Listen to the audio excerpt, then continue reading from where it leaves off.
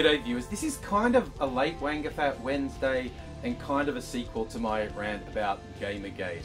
A particular thing that came out that I wanted to talk about, the people who use language that they think is going to shame someone into silence or embarrass them into silence when they don't even mean it. It's bad enough when like the original sort of social justice warriors actually sort of damn you cishet white male oppressing me when you open your mouth. When people actually mean what they say and try and browbeat people into silence, that's bad enough. But the ones who don't even mean it, but they go, I think if I say that, they'll get really defensive and nervous and they'll shut up. And this is typically used by people on the right against people on the left. Because, let's be honest, a lot of people on the left are kind of wussy and don't want to appear to be offending people.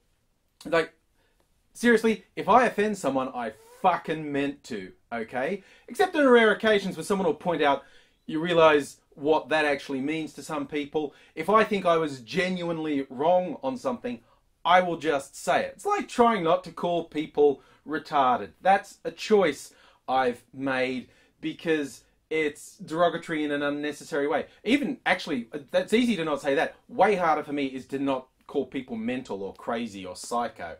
I know a lot of people, I was going to say I've got a lot of friends. I have some friends who have struggles with mental health issues. I know a lot of people online who have a lot of issues, and I like to be supportive of them, and it doesn't make them feel like shit if you casually throw around crazy and psycho. I try not to. I know I still do it, but I do try not to, because if I offend someone, I want it to be on purpose. And I noticed this little trend of trying to shame people into silence. The first ones I saw doing it were the global warming deniers, the climate change deniers. When you say denier, they've started doing this thing. This is like a year or two ago. They started doing this thing like, you're calling me a Holocaust denier! Because apparently the word denier's there. And it's like, they think that's going to make people stop saying, you're denying science. Therefore, deny. You can see what they're doing. It's like, I'll make you feel awkward and uncomfortable and blah, blah, blah, blah. And I go, no, go fuck yourself, actually. And of the various waves of weirdness and hate from Gamergate, there is a whole range of, just another cishet white male telling us what to do. And it's like they don't know they've been exposed again and again and again of setting up fake feminist accounts and fake people of colour accounts, because they have been exposed repeatedly, and they think saying that to me like, he's a lefty, he doesn't want to be seen as a cishet male oppressor, I'll freak him out. It's like, no, get fucked, okay? That doesn't upset me because I know that's not what I am. I know that's not what I'm doing. I know you're a pathetic, lying little shithead with a mental age of about 12. So it doesn't bother me at all. Now, of course, there actually are people of colour. There are women who identify as feminists who have decided they are pro-Gamergate. I don't fucking know why, but I know they are actually there. And I also know people who, in pretty much every way, are thoroughly decent people, think Gamergate is a good cause. They have been duped into thinking it really is about ethics in games journalism.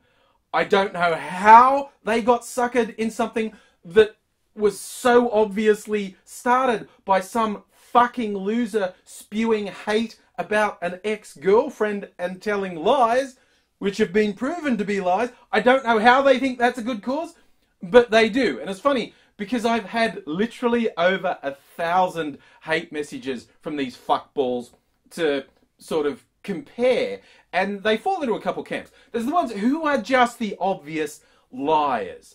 They are the ones who hate women. Bitches gonna take all the tits and bums out of my games, I fucking hate them. And they, no matter how hard they try, they can't actually hide what they really are. And they're just kind of funny that they think they're they are fooling some people, not fooling me. And there are ones who actually seem to be fooling themselves. Like, you kind of get a feeling, you really think this isn't about hate, but what's in you keeps slipping out. Just think about, the bitch slept with all these guys. but you don't hate women. Why do you care about someone's sex life?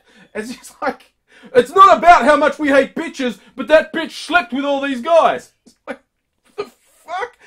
How? Woo!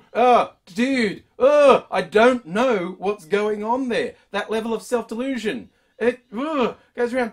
And there are people who, all I can think is they've just been suckered. And I don't know why. And I try really hard not to judge them. But they're fucking wrong. It's as simple as that. And all the gamegaters who try and waste your time. This is also what the climate changes deniers do. They barrage climate scientists and anyone who sticks their head up, and they do not listen to anything. I don't listen to them. That's cool, dude. Don't listen to me. But I'm not listening to you, okay? You're part of a corrupt, fucked up, just wrong movement. Oh, and then you're like, one of my favourite things that popped up was someone saying, and this is the voice of reasonable Gamergate, the people who don't realise what they're saying. Say like, okay, maybe not all of those women deserve death threats. It's like, maybe? Maybe they didn't deserve death threats? That's your idea of being reasonable, saying maybe women who did nothing wrong don't deserve death threats. And you're reasonable. That's your voice of reason. And when you highlight cases like this, the gutless fucking shitbags say, oh, that's not all of us. It's like hashtag not all men. And it's just no, that's what your movement is, okay? If you genuinely care about things in games journalism, distance yourself from, don't say, oh, we're not like it. No, get away from the whole movement, because that is what the movement actually is. I know this isn't going to work, and this is also, again, because of the people who swarmed in who don't know anything about me or my channel. People who know the channel know when I do a shut the fuck up video, it's not for the people I'm saying shut the fuck up to. I do not expect them to go, well, he just told us to shut the fuck up. I guess we should. It's for the people who are sick of your shit. My old motto, I get angry so you don't have to. And is it, again, they don't get it. They're not very bright. But no, it's not like I thought, I said shut the fuck up, they'll shut the fuck up. No, there are a lot of people who are sick of your shit, and I like to provide a bit of catharsis. Not everyone likes to shout. I like to shout, and so I do it, and I like to provide some entertainment. And the fact that the little Gamergate fuckbags don't get it is completely irrelevant. You don't count, you're irrelevant. It'll never get through them, so yeah.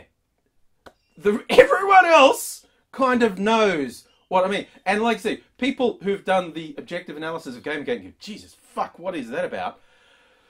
If someone isn't doing a psychology PhD on what the fuck is going on with these people, it's a wasted opportunity, because it's this huge, just public social experiment. But yeah, of all the various things you can fuck off with gaming, you just fuck off basically. But trying to browbeat me with the shaming language, like, I'll tell him he's being sexist, I'll tell him he's being racist, that'll scare him, and because he's a lefty, he'll shut up. Fuck off. No, it won't. Because first, I see through your lies. Second, I know that's not what I am. And I just don't give a fuck about you.